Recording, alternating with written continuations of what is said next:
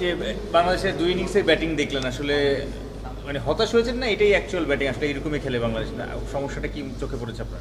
দেখেন, আজকে আমি কিন্তু এখানে কোনো বোর্ডের কর্মকর্তা বা কোনো অফিসিয়াল হিসাবে কোনো ক্লাবের সেভাবে আসিনি। আমি জাস্ট নিরেট খেলাটাই দেখতে এসেছিলাম। বাট খেলা চলছে এখন, খেলার মাঝখানে এ নিয়ে অ্যানালাইসিস করার মতন যোগ্যতা এখন আমার হয়নি। আমার মনে হয় এইসব প্রসঙ্গ না আলোচনা করাই ভালো। ভাই মানে আমরা দেখতে পাচ্ছি যে এখন ক্রিকেট বোর্ডের কথা যদি আপনি অনেক বছর ক্রিকেট বোর্ডে ছিলেন, আপনার অনেক অভিজ্ঞতা। এখন যে ক্রিকেট বোর্ড চলছে খুবই অল্প কিছু কর্মকর্তা নিয়ে বা পরিচালক নিয়ে ক্রিকেটের যে এখন যে পরিধি মানে পুরো ওয়ার্ল্ড ওয়াইড কিংবা ডোমেস্টিক সব কিছু মিলিয়ে সেখানে এত দিন ধরে এই অল্প কিছু বোর্ড ডিরেক্টরদের চালানো তারা নিজেরাই স্বীকার করছে কতটা হিমশিম খেতে হচ্ছে। এইটার কারণে কি বাংলাদেশের ক্রিকেটে কি একটা বড় ইম্প্যাক্ট করতে পারে না? দেখেন, যারা আছে আপনাদের কাছে কমেন্ট করেছেন তাদের নিজেদের ব্যাপারেই, তো সেখানে তো আমার বলার কিছু থাকে না। তারাই বলছেন যে হ্যাঁ এই কাজ চালাতে তারা দেওয়া স্ট্রেচ না। তো সেইটা আমার মনে হয় যে হ্যাঁ ঠিক আছে, বোর্ডে পূর্ণাঙ্গ বোর্ড থাকলে যেভাবে সচল থাকে, বিভিন্ন দায়িত্ব নিয়ে এক একজন কাজ করেন, সেটা সংখ্যা কমে গেলে ডেফিনেটলি তাদের উপরে প্রেশার করবে। আমি আমার বিশ্বাস যে এই অবস্থা থেকে উত্তরণ ঘটবে শীঘ্রই। আরেকটা বিষয় হচ্ছে যে এই যে আমরা কিছুদিন আগে দেখতে পেলাম যে দুদকের কিছু কর্মকর্তা বোর্ডে গিয়েছে, প্রিভিয়াস যে কমিটি ছিল তাদের কিছু অ্যাক্টিভিটিসে হয়তো অনিয়ম পাওয়া গেছে, বিশেষ করে বিপিএল এর ticketing, division third division second division লিগগুলো যেগুলো হয় সেগুলোতে বঙ্গবন্ধুর নামে একটা শতবর্ষ একটা প্রোগ্রাম ছিল, সেটা নিয়ে দুর্নীতির তারা আলামত পেয়েছে। মানে এই যে করপশনগুলো যে হয়েছে, আপনি তো কমিটিতে ছিলেন, আপনার কখনো এরকম নজরে এসেছিল কিনা? দেখেন, যখন যেহেতু একটা ইনভেস্টিগেশন চলছে এবং তারপরে নিশ্চয়ই ফলো আপ থাকবে, এই প্রসঙ্গে আমাদের আলাপ করা তো এখন ঠিক না। কারণ তারাও ইনভেস্টিগেট করছেন, তারাও কিন্তু কনক্লুসিভ কিছু বলেননি। হ্যাঁ, যে কিছু অভিযোগ আছে, অ্যালিগেশন আছে, সেই অনুযায়ী তারা এগিয়ে যাচ্ছেন ইনভেস্টিগেশন। এটা দেখি আমরা তারা কোন দিকে যায়, কতটুকু গড়ায়, তারপরে বলাটা আমার মনে হয় সমীচীন হবে। তার আগে এই নিয়ে আমি কমেন্ট করতে চাই না। আপনি যখন কমিটিতে ছিলেন বোর্ড পরিচালক, অনেক সময় দেখা গেছে যে আমাদের মানে ক্রিকেট বোর্ডের যে সিইও যিনি আছেন নিজামুদ্দিন চৌধুরী, তার একটা দেখা গেছে যে ক্রিকেট বোর্ডে একটা প্রভাব বিস্তার সেই সময় ছিল ভয়ঙ্কর রকমের। অনেক সময় আপনাদের উপর দিয়েও তার একটা প্রভাব আমরা দেখতে পেয়েছি, অথবা আপনি আরো ভালো যাবেন। তো তার কি এই ধরনের কোনো কিছুতে একটা ইনভলভমেন্ট থাকার সম্ভাবনা আছে কিন্তু মনে করেন? দেখেন, এরকম ন্যাশনাল অর্গানাইজেশনে অন্যান্য দেশেও আছে যারা সিইও আছেন, তাদের কিন্তু বিশাল ক্ষমতা এবং থাকতেই হবে, তাছাড়া তো বোর্ডটা চালাইতে হবে কারো। বোর্ড মেম্বারসরা পলিসি ঠিক করে দিবেন, সেটা ইমপ্লিমেন্ট করবেন হলো সিইও। তো সেই হিসাবে ক্ষমতা একটা পর্যায় পর্যন্ত তার থাকতেই পারে, কিন্তু এর বাইরে অন্যান্য কিছু হয়েছে কিনা এটা তো এখন তদন্ত হচ্ছে, ইনভেস্টিগেশন হচ্ছে, আমরা দেখি কি হয়। তার আগে এ ব্যাপারে কি কমেন্ট করা ঠিক হবে? আপনারা তো ক্লাব ক্রিকেটে সংগঠক হয়েছেন, তারপর দীর্ঘদিন সার্ভিস দিয়েছেন বাংলাদেশ ক্রিকেট বোর্ডকে। তো বাইদল নিয়ে একটা সমস্যা হচ্ছে ঢাকা প্রিমিয়ার লিগে, তাহিদ হৃদয় একটা মন্তব্য করেছেন। ন্যাশনাল টিমের একটা প্লেয়ার যখন আম্পায়ারকে নিয়ে মন্তব্য করে, এরকম আমরা নজির আগে দেখি নাই। এটা আপনি কতটা হতাশ হয়েছেন? না, এটা অবশ্যই যতটুকু আমি জানতে পেরেছি, আমি মাঠে ছিলাম না, এবং পরবর্তীতে সোশ্যাল মিডিয়া এবং আপনাদের বিভিন্ন রিপোর্টে দেখেছি, জিনিসটা আমার কাছে ভালো মনে হয়নি এবং এটা সমীচীন না। যারা প্লেয়ার কনসার্ন তাদেরও এরকম আচরণটা ঠিক ছিল না, এবং পরবর্তীতে সিসিডিএম থেকে যে উদ্যোগটা নিয়েছে আমার মনে হয় এখানে একটু কনফিউশন রয়ে গেছে। তারপরেও ধারণা যে তারা বেস্ট ইন্টারেস্ট অফ দ্য গেমের জন্যই পদক্ষেপটা নিয়েছেন। আমাদের ক্লাব ক্রিকেটের যে পাওয়ার এক্সারসাইজের একটা ব্যাড প্র্যাকটিস আমরা অনেক আগে থেকে দেখতে থাকি, সেটা এখনও চর্চাটা অব্যাহত আছে বলেই মোহামেডানের তাহিদ হৃদয়ের এই ঘটনাটা ঘটেছে বলে যে আমরা খবর।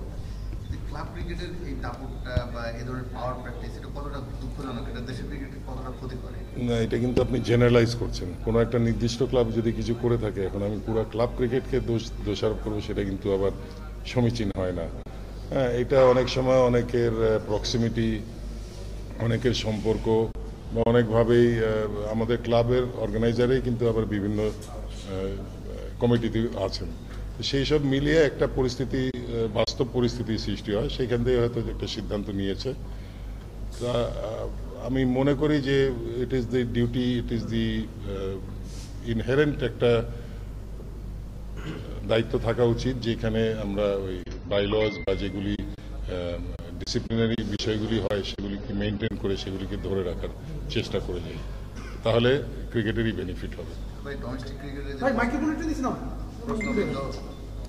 ক্রিকেটের যে প্রশ্নবিদ্ধ আম্পায়ারিং বা আরো যেসব ইস্যু আসছে, ইভেন ফিক্সিং ইস্যু পর্যন্ত, সেই পাতানো খেলা, এসব নতুন কিছু না, কিন্তু এইগুলো দূর করা যায় না কেন? মানে ডোমেস্টিক ক্রিকেটের কতটা হার্মফুল?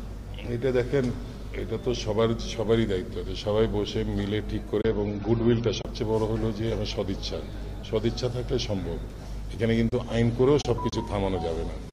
তো এটা যতদিন পর্যন্ত আমরা সবাই মিলে এই কনসেনসাসে না যেতে পারছি যে এইসব জিনিস আমরা করব, এইসব জিনিস আমরা করব না, বা এইসব জিনিস আমাদের বিরুদ্ধে যাতে অ্যালিগেশন কেউ না করতে পারে। অনেক সময় কিন্তু অনেক কিছু ছাড়াও অ্যালিগেশন আসে, এটাও বুঝতে হবে। আর ক্লাব ক্রিকেটের তো অবদান কম না, আমরা খালি নেগেটিভটা দেখলে তো হবে না। এই গত 60-70 বছর ধরে কিন্তু ক্রিকেটটাকে লালন পালন, এটাকে নার্চার করা, প্লেয়ারদের ট্রেনিং থেকে শুরু করে তাদের চিকিৎসা ভাতা বিভিন্ন জিনিস কিন্তু করে ক্রিকেটটা এই পর্যায়ে এসছে। তার মধ্যে কিছু হয়তো ফাঁকফোকর থাকতে পারে, কিন্তু উই শুড নট ব্লেম পুরা ক্লাব সেট আপ যে তাদের জন্য ক্রিকেট ক্ষতিগ্রস্ত হচ্ছে। আমাদের কিছু ইন্ডিভিজুয়াল অ্যাকশনের জন্য, ইন্ডিভিজুয়াল ক্লাবের অ্যাকশনের জন্য অনেক সময় এক একটা ইমেজ সৃষ্টি হয়, সেটা আমার মনে হয় আমাদের সবারই অ্যাভয়েড করে চলা উচিত। আমরা দেখতে পাচ্ছি যে যখনই সরকার পরিবর্তন হয় তখনই একটা ক্লাবের প্রভাবটা বেড়ে যায়।